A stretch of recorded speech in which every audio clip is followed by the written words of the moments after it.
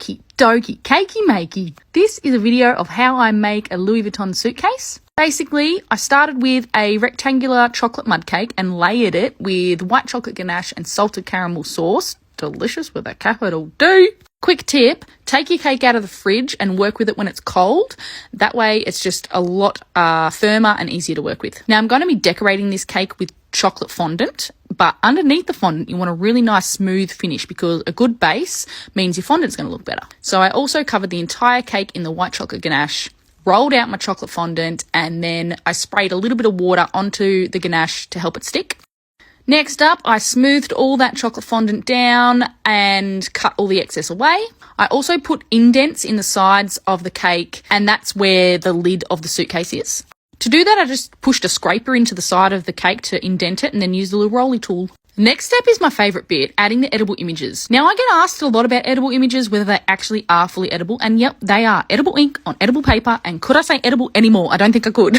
But they really are the best way to get the most realistic look for a cake like this. And I nearly forgot, you just stick them on with water. They're just so easy. Now, the next bit is probably the most time consuming, adding all the leather detailing. So as you can see, it's on all the corners and around all the edges. Once all that's on, I got my little stitch tool and I put all the stitching in. Now that's really important because it just makes the whole thing look way more realistic. I also grabbed this little metal tool that I actually used for piped flowers and indented the top and the bottom around the cake as well. And that's just a little extra detail. Next step is indenting where all of the little gold studs are going to go.